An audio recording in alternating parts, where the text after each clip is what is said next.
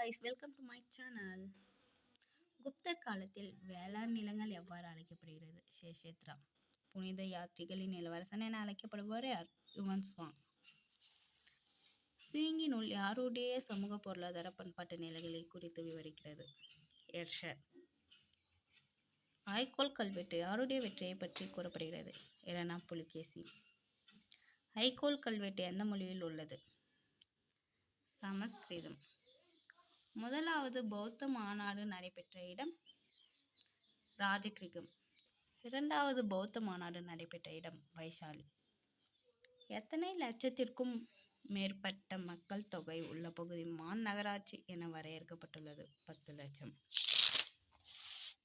ஒரு क्वेश्चन சேர்த்துவியா? சென்னை மாநகராட்சி உருவாக்கப்பட்ட ஆண்டு எது? 1688. தமிழ்நாட்டில் முதலில் உருவாக்கப்பட்ட மாநகராட்சி கீழ்கண்டவற்றுள் எது? பலஜாப்பேட்டை. நகர்ப்புற மாநகராட்சி நகராட்சி மற்றும் பேரூராட்சி என பிரிக்கப்பட்டுள்ளது. கூற்று 2. கிராமப்புறம் ஊராட்சி ஊராட்சி ஒன்றியம் மாவட்ட ஊராட்சி என பிரிக்கப்பட்டுள்ளது. கூற்று இரண்டும் சரி. இந்திய அரசியலமைப்பின் எத்தனாவது அட்டவணையில் மொழிகள் அங்கீகரிக்கப்பட்டுள்ளது? 8வது. தற்போது வரை எத்தனை மொழிகள் செம்மொழியாக அறிவிக்கப்பட்டுள்ளது? 6. இந்திய அரசியலமைப்பின் 8வது அட்டவணையில் அங்கீகரிக்கப்பட்டுள்ளது அலுவலக மொழிகள் எத்தனை? 22. 2011ஆம் ஆண்டு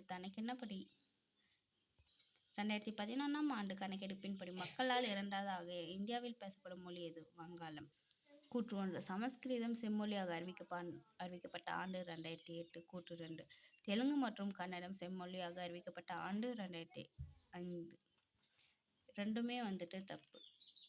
பார்த்தீங்க அப்படின்னா தமிழ் செம்மொழியாக அறிவிக்கப்பட்ட ஆண்டு 2004.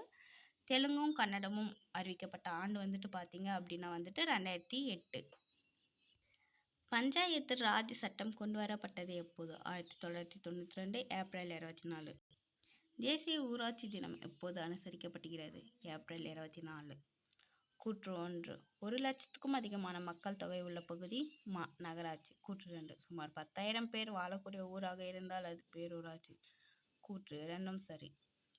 Please subscribe my channel and share your friends also. And நம்ம சேனலை சப்ஸ்கிரைப் பண்ணிங்க அப்படின்னா இன்னும் நிறைய இன்ஃபர்மேஷனை நீங்கள் தெரிஞ்சுக்கலாம். தேங்க்யூ.